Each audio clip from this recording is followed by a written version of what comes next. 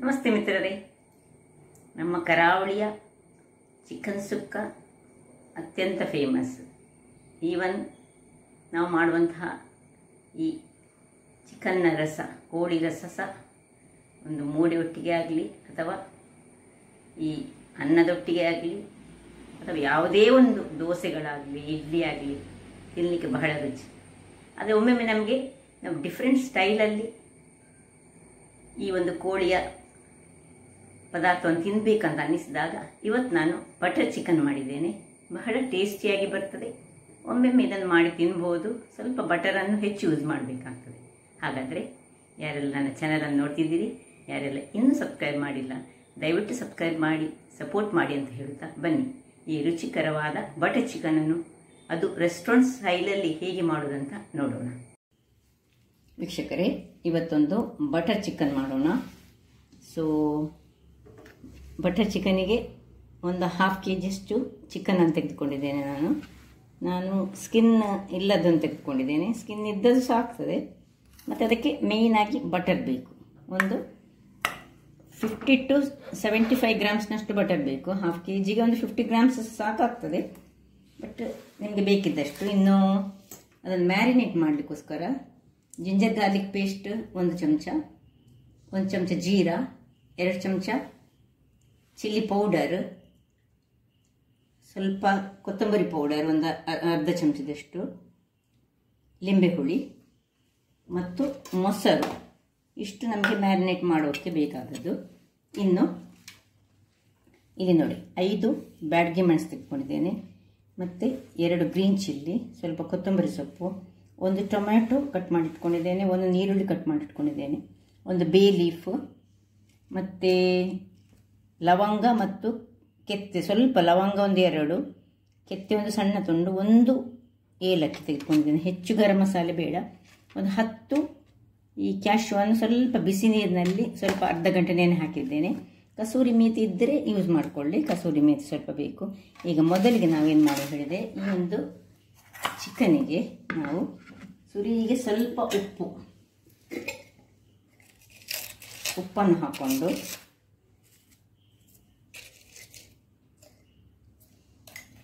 ಸ್ವಲ್ಪ ಈ ಮೊಸರು ಒಂದು 5-6 ಚಮಚಗಳಷ್ಟು ಮೊಸರನ್ನು ಹಾಕ್ಕೊಂಡು, ಇದೆಲ್ಲ ಸಾಮಗ್ರಿಗಳು ಏನೆಲ್ಲ ಉಂಟು ನೋಡಿ. 1 ಚಮಚದಷ್ಟು ಜಿಂಜರ್ ಗಾರ್ಲಿಕ್ ಪೇಸ್ಟ್, ಮತ್ತು ಅರ್ಧ ಚಮಚದಷ್ಟು ಅರ್ಧ ಚಮಚದಷ್ಟು ಕೊತ್ತಂಬರಿ ಪುಡಿ, ಅರ್ಧ ಚಮಚದಷ್ಟು ಜೀರಾ, ಮತ್ತು 2 ಚಮಚದಷ್ಟು ಈ ಮೆಣಸಿನ ಪುಡಿ. ಇಷ್ಟನ್ನು ಸಹ ಹಾಕ್ಕೊಳ್ತಿದ್ದೇನೆ. ಎಲ್ಲ ಹಾಕಿದ ಮೇಲೆ ನಾವು ಅದನ್ನು ಚೆನ್ನಾಗಿ ಕಲಸಿಕೊಳ್ಳೋಣ. ಸ್ವಲ್ಪ ಒಂದು ಅರ್ಧ ಚಮಚದಷ್ಟು ಹಳದಿಯನ್ನು ಸಹ ಹಾಕ್ಕೊಳ್ತಿದ್ದೇನೆ. ಎಲ್ಲವನ್ನು ಸಹ ಚೆನ್ನಾಗಿ ಮಿಕ್ಸ್ ಮಾಡಿಕೊಳ್ಳೋಣ. ಇದರೊಟ್ಟಿಗೆ ಸ್ವಲ್ಪ ಕಸೂರಿ ಮೇಥಿ ಸಹ ಹಾಕಿದರೆ ಒಳ್ಳೆಯದಾಗ್ತದೆ. ಬೇಕಿದ್ದರೆ ಹಾಕೊಳ್ಳೋಣ. ನಾನೀಗ ಚೂರು ಹಾಕ್ತೇನೆ ಕೊನೆಗೆ, ಇಷ್ಟು ಮಿಕ್ಸ್ ಎಲ್ಲ ಮಾಡಿದ ಮೇಲೆ.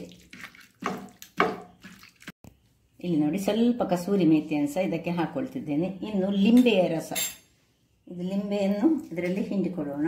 ಇದರದ್ದು ಬೀಜ ಒಂದು ಬೀಳದ ಹಾಗೆ ನೋಡಿದರೆ ಆಯಿತು. ಅರ್ಧ ಲಿಂಬೆ ಅಥವಾ 1 ಲಿಂಬೆ. ಹುಳಿದು ದೊಡ್ಡ ಲಿಂಬೆ ಆದರೆ ಒಂದು ಅರ್ಧ ಸಾಕು. ಇದು ಸ್ವಲ್ಪ ಸಣ್ಣದುಂಟು, ಅದರಿಂದಾಗಿ ನಾನು 1 ಲಿಂಬೆಯನ್ನು ಹಿಂಡಿಕೊಳ್ತಾ ಇದ್ದೇನೆ.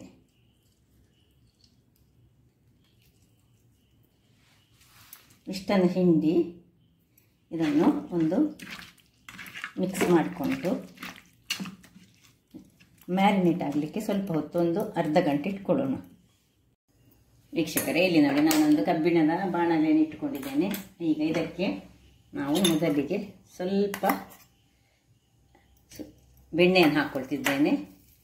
ಬೆಣ್ಣೆಯನ್ನು ಹಾಕ್ಕೊಂಡು ಅದು ಸ್ವಲ್ಪ ಕರಗುವಾಗ ಒಂದು ಈ ಬೇ ಲೀಫ್ ಮತ್ತು ಈ 1 ಏಲಕ್ಕಿ, 1 ಸಣ್ಣ ತುಂಡು ಕೆತ್ತೆ, ಮತ್ತು ಸ್ವಲ್ಪ 3 ಲವಂಗ ಹಾಕ್ಕೊಳ್ತಿದ್ದೇನೆ.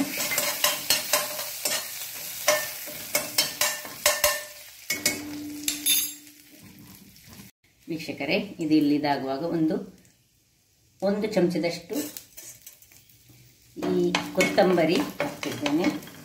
ಇನ್ನೊಂದು ಅರ್ಧ ಚಮಚಗಳಷ್ಟು ಜೀರಿಗೆ, ಇನ್ನು 5 ಕೆಂಪು ಮೆಣಸು ಅಂದರೆ ಬ್ಯಾಡಿಗೆ ಮೆಣಸು ಹಾಕ್ತಿದ್ದೇನೆ. ನೀವು ಬೇಕಿದ್ರೆ ಸ್ವಲ್ಪ ಹೆಚ್ಚು ಹಾಕ್ಬೋದು. ನಾನು ಚೂರು ಖಾರ ಕಡಿಮೆ ಅವಳಲ್ಲ, ಅದರಿಂದಾಗಿ ಸ್ವಲ್ಪ ಇಷ್ಟನ್ನು ಹಾಕಿ ಸ್ವಲ್ಪ ಇದು ಫ್ರೈ ಆಗುವಾಗ ಒಂದು ಟೊಮ್ಯಾಟೊ ಮತ್ತು ಒಂದು ನೀರುಳ್ಳಿ ಅಂತ ಹಾಕೊಳ್ತಿದ್ದೇನೆ.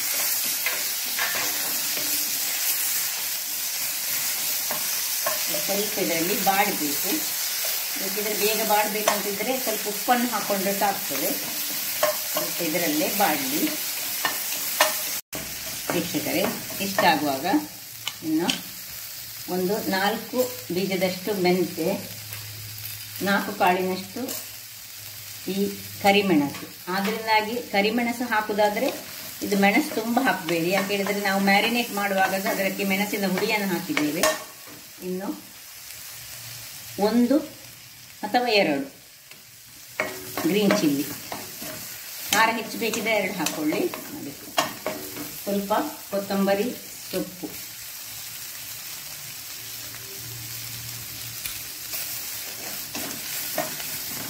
ಇದೆಲ್ಲ ಆಪ್ಷನಲ್. ಕೊತ್ತಂಬರಿ ಸೊಪ್ಪು ಬೇಕಿದ್ರೆ ಹಾಕೊಳ್ಳಿ. ಸ್ವಲ್ಪ ಇದರಲ್ಲಿ ಒಳ್ಳೆ ಬಾಡಲಿ. ಅಷ್ಟಾಗುವಾಗ ಒಂದು 4 ಈ ಒಂದು ಗೇರು ಬೀಜ ಇದಕ್ಕೆ ಹಾಕೊಳ್ಳೋಣ. 4-5 ಗೇರು ಬೀಜಗಳನ್ನು ಇದರಲ್ಲಿ ಹಾಕೊಳ್ಳಿ. ಇದೀಗ ಅರ್ಧ kg, ಅದರಿಂದಾಗಿ ಇಷ್ಟು ಮಸಾಲೆ. 1 kg ಆದರೆ ಡಬಲ್ ಮಸಾಲೆ ಬೇಕಾಗ್ತದೆ. ಒಳ್ಳೆ ಇದರಲ್ಲಿ ಚೆನ್ನಾಗಿ ಫ್ರೈ ಆಗುವಾಗ ಬೇಕಿದ್ರೆ ಒಂದು ಚೂರು ಇನ್ನು ಸ್ವಲ್ಪ ಈ ಒಂದು ಬೆಣ್ಣೆ ಹಾಕೊಳ್ಳೋಣ. ಈ ಬೆಣ್ಣೆಯಲ್ಲಿ ಇದನ್ನು ನಾವು ಫ್ರೈ ಮಾಡಿಕೊಳ್ಬೇಕು. ಒಳ್ಳೆ ಟೊಮೆಟೊ ಸಾಫ್ಟ್ ಆಗೋ ತನಕ ನಾವು ಇದನ್ನು ಈರುಳ್ಳಿ ಮತ್ತು ಟೊಮೆಟೊ ನೋಡಿ ಸಾಕು. ಇಷ್ಟ ಆಗುವಾಗ ಆಫ್ ಮಾಡ್ಕೊಳ್ಳೋಣ. ಇದನ್ನೀಗ ತಣ್ಣಗಾಗಲಿಕ್ಕೆ ಬಿಡೋಣ. ವೀಕ್ಷಕರೇ, ಇದು ತಣ್ಣಗಾಗ್ತಿರುವಾಗ ಇಲ್ಲಿ ನಾವು ಒಂದು 10-12 ಗೇರು ಬೀಜದ ಒಂದು ಪೇಸ್ಟ್ ಮಾಡಿಕೊಳ್ಳೋಣ. ಸ್ವಲ್ಪ ಅದೇ ನೀರನ್ನು ಹಾಕೊಂಡ್ರೆ ಆಯಿತು. ತೊಳೆದಿಟ್ಟುಕೊಂಡು ಹಾಕಿದರೆ ಇದನ್ನು ಪೇಸ್ಟ್ ಮಾಡಿ ತರ್ತೇನೆ. ವೀಕ್ಷಕರೇ ನೋಡಿ, ಪೇಸ್ಟ್ ರೆಡಿ ಆಯಿತು. ಇದನ್ನೊಂದು ಈ ಒಂದು ಬೇರೆ ಪಾತ್ರೆಗೆ ತೆಗೆದಿಟ್ಕೊಂಡು ಇದರಲ್ಲಿ ನಾವು ಏನು ಮಾಡೋ ಹೇಳಿದರೆ ಈ ಮಸಾಲೆ, ತಣ್ಣಗಾದ ಮಸಾಲೆಯನ್ನು ಇದರಲ್ಲಿ ರುಬ್ಬಿಕೊಳ್ಳೋಣ. ಇದರಲ್ಲಿ ರುಬ್ಬಿಕೊಳ್ಳುವ ಮೊದಲು ಇದರಲ್ಲಿ ನಾವು ಈ ಬೇ ಲೀಫ್ ಉಂಟಲ್ಲ, ಇದನ್ನು ತೆಗೆದುಕೊಂಡು ಬದಿಯಲ್ಲಿ ಇಟ್ಕೊಳ್ಳೋಣ. ಅದನ್ನು ಮತ್ತೆ ಅದರೊಳಗೆ ಹಾಕೊಳ್ಳಿಕ್ಕೆ ಉಂಟು. ಇದನ್ನು ಸೈಡಲ್ಲಿ ಇಟ್ಕೊಳ್ತಿದ್ದೇನೆ. ಇಷ್ಟನ್ನು ಮತ್ತು ಇದರ ಒಟ್ಟಿಗೆ ಸ್ವಲ್ಪ ಹಳದಿ ಹಾಕ್ಕೊಳ್ತೇನೆ ನಾನು. ಹಳದಿಯನ್ನು ಹಾಕ್ಕೊಂಡು ಸ್ವಲ್ಪ ನೀರು ಹಾಕಿ ಗ್ರೈಂಡ್ ಮಾಡ್ಕೊಳ್ಳೋಣ. ಇಲ್ಲಿ ನೋಡಿ, ಸ್ವಲ್ಪ ಒಂದು ಅರ್ಧ ಚಮಚಗಳಷ್ಟು ಅಥವಾ 1 ಚಮಚ ಸಹ ಹಾಕ್ಕೊಳ್ಬೋದು ಹಳದಿ, ಮತ್ತು ಸ್ವಲ್ಪ ನೀರು. ಇಷ್ಟನ್ನು ಹಾಕಿ ಇದನ್ನು ಫೈನಾದ ಪೇಸ್ಟ್ ಮಾಡೋಣ. ವೀಕ್ಷಕರೇ, ಇಲ್ಲಿ ನೋಡಿ, ಮಸಾಲೆ ಒಳ್ಳೆ ಫೈನಾಗಿ ಆಯಿತು. ಹೀಗೆ ಬರಬೇಕು ನೋಡಿ, ಕಲರ್ ನೋಡಿ. ಈಗ ಇದನ್ನು ಪಕ್ಕಕ್ಕೆ ಇಟ್ಕೊಳ್ಳೋಣ. ಇಲ್ಲಿ ಅರ್ಧ ಗಂಟೆ ಆಯಿತು ಮ್ಯಾರಿನೇಟ್. ಇದು ಬೇಕಿದ್ರೆ 15 ನಿಮಿಷ ಸಹ ನಾವು ಇಟ್ಕೊಂಡ್ರೆ ಸಹ ಸಾಕಾಗ್ತದೆ. ಇಲ್ಲಿ ನಾನೊಂದು ಬಾಣಲೆಯನ್ನು ಇಟ್ಕೊಂಡಿದ್ದೇನೆ. ಈಗ ಅದಕ್ಕೆ ಸ್ವಲ್ಪ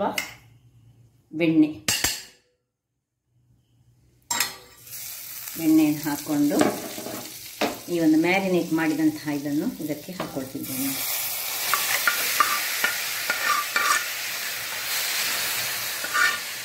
ಎಲ್ಲ ಮಸಾಲೆಯನ್ನೆಲ್ಲ ಇದಕ್ಕೆ ಹಾಕ್ಕೊಂಡು ಸಣ್ಣ ಉರಿಯಲ್ಲಿ ಇದನ್ನು ಸ್ವಲ್ಪ ಬೇಯಿಸ್ಕೊಳ್ಳೋಣ.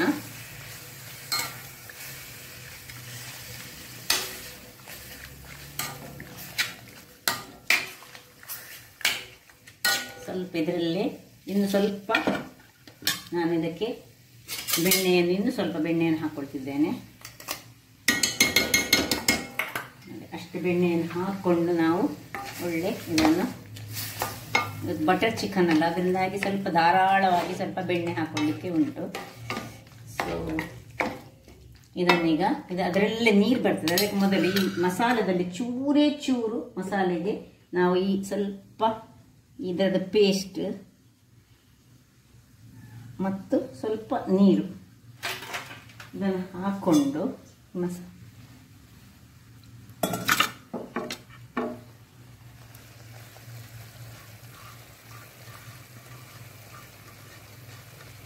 ಸ್ವಲ್ಪ ತಿರುಗಿಸ್ಕೊಳ್ಳೋಣ. ಒಳ್ಳೆ ಡ್ರೈ ಆಗಬೇಕೀಗ ಇದು.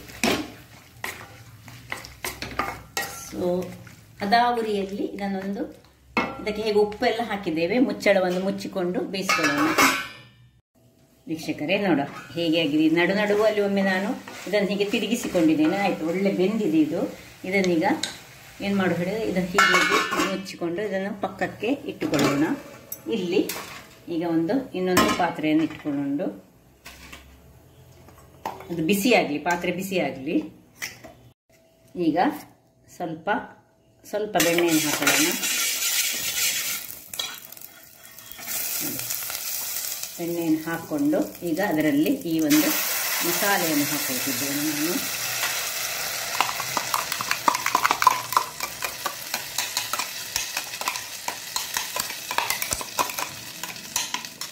ಇದಕ್ಕೆ ಸ್ವಲ್ಪ ನೀರನ್ನು ಹಾಕ್ಕೊಂಡು ಸ್ವಲ್ಪ ಸೇರಿಸ್ಕೊಳ್ಳೋಣ. ನೋಡಿ ರೆಡಿ ಮಾಡಿಕೊಂಡು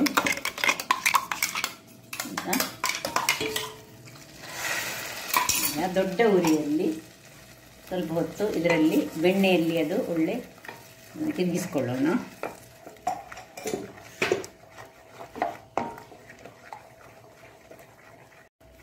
ನೋಡಿ ಹೀಗೆ ಸ್ವಲ್ಪ ತಿರುಗಿಸಿಕೊಳ್ಳೋಣ. ಇದು ಒಳ್ಳೆ ಇದರಲ್ಲಿ ಇದು ಬರುವಾಗ ಇನ್ನು ಸ್ವಲ್ಪ ಬೆಣ್ಣೆಯನ್ನು ಇದಕ್ಕೆ ಹಾಕೊಳ್ತಿದ್ದೇನೆ.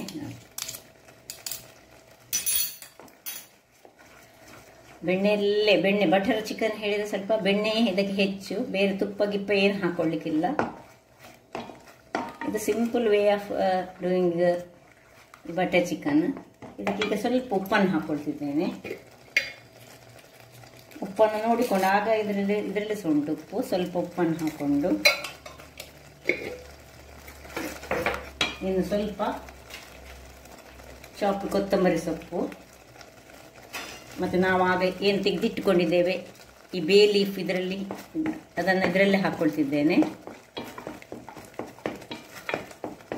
ಅದು ಮತ್ತೆ ತೆಗಿಬೋದು ಆಮೇಲೆ. ಇದರ ಫ್ಲೇವರ್ ಇದರಲ್ಲಿ ಬಿಡ್ಲಿ ಹೇಳಿ ಇದಕ್ಕೆ ಹಾಕ್ಕೊಳ್ಳೋದು.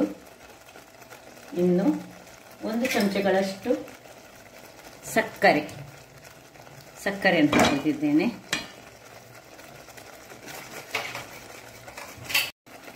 ಈಗ ಸ್ವಲ್ಪ ಕಸೂರಿ ಮೇಥಿ ಕ್ರಷ್ ಮಾಡಿ ಹಾಕೊಳ್ಳೋಣ. ಸ್ವಲ್ಪ ಒಳ್ಳೆ ದಪ್ಪ ಆಗಬೇಕು ಇದು. ಇಷ್ಟು ದಪ್ಪ ಆಗುವಾಗ ಇಲ್ಲಿ ನಾವು ಏನು ಮಾಡಿಟ್ಟುಕೊಂಡಿದ್ದೇವೆ ನೋಡಿ, ಇದನ್ನು ತೆಗೆದು ಇದಕ್ಕೆ ಶಿಫ್ಟ್ ಮಾಡಿಕೊಳ್ಳೋಣ.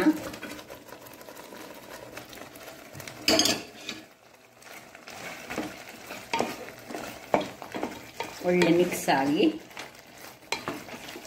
ಮಾಡಿಕೊಂಡು ಇನ್ನು ಒಂದು ಅರ್ಧ ಚಮಚದಷ್ಟು ಇನ್ನು ಸ್ವಲ್ಪ ಬಟರನ್ನು ಇದಕ್ಕೆ ಹಾಕ್ಕೊಳ್ತಿದ್ದೇನೆ.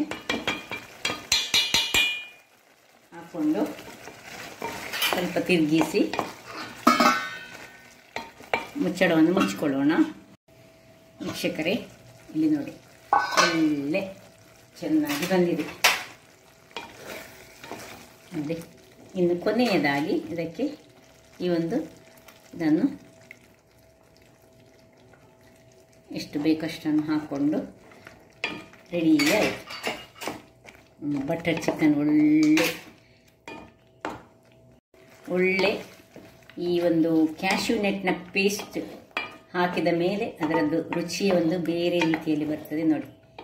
ಕ್ರೀಮಿಯಾಗಿ ಆಯಿತು, ರೆಡಿ ಆಯಿತು. 1-2 ನಿಮಿಷ ಹೀಗೆ ಇಟ್ಕೊಳ್ಳೋದು. ಇನ್ನು ಇದರ ಮೇಲೆ ಕೊತ್ತಂಬರಿ ಸೊಪ್ಪನ್ನು ಹಾಕೊಳ್ಳೋದು. ಬೇಕಿದ್ರೆ ಮೇಲಿಂದ ಇನ್ನೂ ಸ್ವಲ್ಪ ಬಟರ್ ಬೇಕಿದ್ರೆ ಬಟರನ್ನು ಸಹ ಹಾಕೊಳ್ಬೋದು. ಸೊ ತುಂಬ ಬಟರ್ ಸಹ ಒಳ್ಳೆಯದು. ಬಟರ್ ತಿಂದರೆ ಕೊತ್ತಂಬರಿ ಸೊಪ್ಪು ಹಾಕ್ಕೊಂಡು ಇದನ್ನು ಆಫ್ ಮಾಡಿಕೊಂಡು 1 ನಿಮಿಷ ಹೀಗೆ ಮುಚ್ಚಿಟ್ಕೊಳ್ಳೋಣ. ವೀಕ್ಷಕರೇ ಸರ್ವ್ ಮಾಡೋಣ. ನೋಡಿ ಏನು ಘಮ ಸಹ ಉಂಟು. ಟೇಸ್ಟ್ ಅಂತೂ ಸೂಪರ್ ಆಗಿ ಉಂಟು. ಭಾರಿ ಚೆನ್ನಾಗಿದೆ.